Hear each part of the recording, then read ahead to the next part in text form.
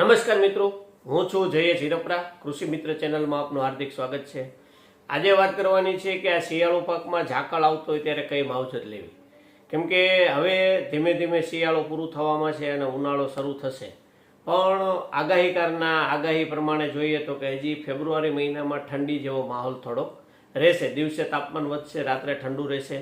બીજું કે જે સવારે ઝાકળનું પ્રમાણ પણ અમુક અમુક દિવસોમાં વધારે આવશે.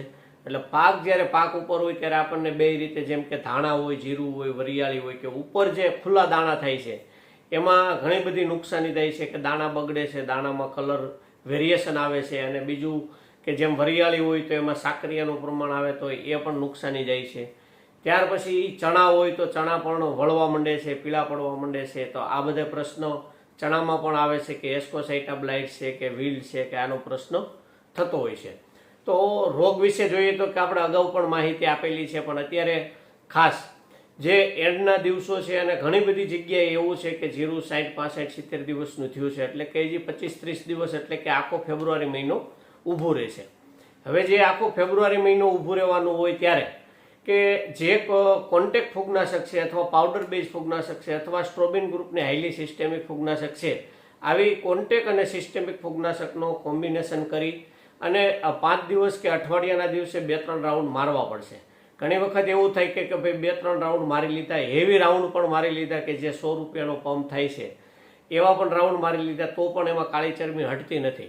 તો ઘણી બધી જગ્યાએ આપણે 50 ગ્રામ મેન્કોજેબ અને 40 થી 50 ગ્રામ ક્લોરોથેનોલિન, અથવા મેન્કોજેબ 50 ગ્રામ અને ટ્રાયસાઇક્લિઝોલ 20 ગ્રામ, અથવા ક્લોરોથેનોલિન 40 ગ્રામ અને 20 ગ્રામ ટ્રાયસાઇક્લિઝોલ, આ જે 3 ફૂગનાશક છે એના જે કોમ્બિનેશન કરાવ્યા છે એના બહુ સારા પરિણામ મળે છે.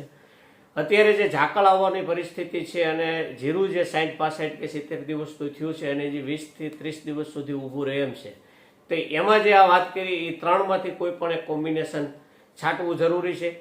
ઘણી બધી પ્રોડક્ટમાં અલગ અલગ ફોર્મમાં આપણે ટ્રાયસાઇક્લિઝોલ આવી જતું હોય, ક્લોરોથેનોલિન આવી જતું હોય, જેમ કે એઝોક્સ્ટ્રોબિન પ્લસ ક્લોરોથેનોલિન પણ આવે છે, પેકોક્સીસ્ટ્રોબિન પ્લસ ટ્રાયસાઇક્લિઝોલ પણ આવે છે, મેન્કોજેબ સાથે પણ ઘણા બધા એઝોક્સ્ટ્રોબિન પ્લસ મેન્કોજેબ આવે છે. એટલે આવી રીતે ઘણા બધા કોમ્બિનેશનમાં આ 3 મોલિક્યુલ આવી જતા હોય. એટલે એવું નથી કે આ સેપરેટ અલગ છાંટવું કે ઓલું છાંટ્યું છે તો એની ભેગું આ મિક્સ કરવું એમ. એ જો આ લેતા હોય અને આ ટેકનિકલ આવી જતું હોય તો આને કંઈ લેવાની જરૂર નથી. બીજું કે હવે જ્યારે પાવડી મિલ્ડ્યુની છારાનો પણ પ્રશ્ન રહેતો હોય છે, તો જ્યારે કોઈ પણ ફૂગનાશકનો ઉપયોગ કરીએ ત્યારે આપણે સલ્ફર જે 55% છે અથવા 80% છે એ સલ્ફર પંપમાં મિક્સ કરી અને નાખવામાં આવે તો સારામાં જે કંઈ ફૂગનાશક આપણે નાખવાના છે એ ઝોલ ગ્રુપની હોય અથવા સ્ટ્રોબિન ગ્રુપની હોય એ પણ કામ કરવાની છે.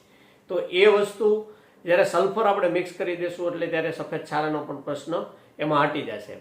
હવે એન્ડમાં ઘણા મહિનો 1.5 મહિનો થઈ ગયો, પિયત મૂકી દીધું છે છતાં પણ સુકારો છે, તો સુકારાનો પણ સ્પેશિયલ રાઉન્ડ કરવાની જરૂર નથી. આપણે ચરબી માટેનો જે રાઉન્ડ કરીએ છીએ એમાં જો 2 ફૂગનાશક સિસ્ટેમિક હોય તો એની સાથે એક કોન્ટેક્ટ ફૂગનાશકનું કોમ્બિનેશન કરાવી દઈએ તો આપણે એ સુકારામાં પણ આવી જાય. પછી અમુક વિસ્તારમાં એવું થતું હોય કે અમુક દુકાન દ્વારા એ રીતે પણ અપાતું હોય કે ભાઈ એક છે એ સુકારાની છે, એક છારાની છે અને એક કાળી ચરબીની છે. તો જ્યારે 3 અલગ અલગ ફૂગનાશક મિક્સ કરવામાં આવે છે તો એવી જરૂરિયાત રહેતી નથી. એના કરતાં મારું સજેશન એવું છે કે જે આપણે અઠવાડિયા 10 દિવસે ફૂગનાશક છાંટીએ છીએ એની જગ્યાએ કોઈ પણ ભલે એક કોમ્બિનેશનવાળું લઈ લઈએ ફૂગનાશક, પણ એ 5-5 દિવસે છંટકાવ કરવામાં આવે તો એનો પણ આપણને પરિણામ સારા મળે. જ્યારે આપણે 80 થી 100 રૂપિયા કે 150 રૂપિયાવાળી ફૂગનાશકનો છંટકાવ કરીએ છીએ તો એ ફૂગનાશકનું પણ આપણને કંઈ 10-15 દિવસ સુધી કે 20 દિવસ સુધી પરિણામ મળતું નથી. તો 30-40 રૂપિયાનો પંપ જે પડતો હોય એનો આપણે 5 દિવસના ગાળે 2 છંટકાવ કરીએ તો પણ આપણને એમાં સારું પરિણામ મળે છે. એટલે ઘણી વખત એવું થાય કે ભાઈ 100 રૂપિયાનો પંપ છાંટવો એના કરતાં 30-30 રૂપિયાવાળા પંપ 3 વખત છાંટવા સારા. મજૂરી થાય, નો ડાઉટ, એમ થાય કે ભાઈ છાંટવામાં ખભા તોડવા પડે છે કે પંપ છાંટવા આ તે એમ, પણ જીરું જે છે એ સેન્સિટિવ પાક છે. કેમ કે હવે બધું આ ફેબ્રુઆરી મહિનામાં રાયડો છે, જીરું છે, ચણા છે, વરિયાળી છે, આ બધું પાકવા ઉપર આવશે ત્યારે એની અંદર જે છે એમાં શીંગું સુકાઈ જવી અથવા શીંગું કાળી પડવી અથવા છોડની ડાળી સુકાવી, આ બધા પ્રશ્નો રહેવાના છે. તો આ પ્રશ્ન માટે હવે કોઈ વિશેષ માવજત આપણે કોઈ ખાતર ના કરી શકીએ, પિયત ના આપી શકીએ. એમાં ઘણા બધા પાક છે તેમાં પિયત આપણે જીરું હોય, ચણા હોય મૂકી દીધું હોય. તો આ બધા પાકમાં જ્યારે પિયત બંધ કરી દીધું હોય ત્યારે બીજું માઇક્રોન્યુટ્રન્ટ આપી શકતા નથી. ખાલી ફૂગનાશક અને પોષણની જે હોય, જેમ કે કોઈ એમિનો એસિડ બેઝ પોષણની દાણો મોટો કરવા માટે અથવા 0.0050 એ બધું આપવું હોય તો આપી શકાય. તો આવી ફૂગનાશક અને પોષણને આપી શકીએ. બીજું અત્યારે પરિસ્થિતિ એ પણ થાય છે કે આ તાપમાન વધ્યું એટલે મોલો મચ્છીનો પ્રશ્ન છે. મોલો મચ્છીનો જે પ્રશ્ન છે એમાં જ્યારે હુકવાડ થઈ ગયું એટલે કે કોરું થઈ ગયું હોય ત્યારે આપણે કોઈ પણ મોલેક્યુલ મોલો મચ્છીમાં ઉપયોગ કરીએ છીએ, જેમ કે આપણે ટોલ્ફેન પાયરેટ હોય, થાયોમિથોક્ઝામ હોય, એફિડોપાયરીફેન હોય, તો આ બધાને આપણને રિઝલ્ટ મળતા નથી. એટલે ફરિયાદ એવી આવે કે ભાઈ રિઝલ્ટ 0% છે. કે જ્યારે ભેજ હોય અને પાણીની અવર જવર થતી હોય, ચયાપચયની પ્રક્રિયા થતી હોય, ત્યારે જ એમાં મોલો મચ્છીમાં સારું એવું પરિણામ મળે છે. પણ મોલો મચ્છી નુકસાન તો કરવાની જ છે, એવું નથી કે એ છે તો એ નુકસાન નહીં કરે. પણ જે કાંઈ આપણે 1-2 છંટકાવ કરીએ અને મોલો મચ્છી થોડી ઘણી 20%, 30%, 50% જે નિયંત્રણ થાય તો આપણને પાકમાં એ આપણને થોડોક ફાયદો થતો હોય છે. તો આ શિયાળુ પાક જે અત્યારે છે એના એન્ડ ઉપર છે, એમાં ફૂગનાશકના ખાસ છંટકાવ કરી અને એમાં જે કાળજી રાખી અને ઉત્પાદનમાં જે છેલ્લે જે આપણને લોસ થતો હોય એ લોસથી આપણે બચી શકાય. વિશેષ માહિતી માટે જે ડિસ્પ્લે ઉપર નંબર બતાવવામાં આવ્યો છે એ નંબર ઉપર તમે પાકના ફોટા મોકલી અને ફોન કરી અને માહિતી પણ લઈ શકો છો.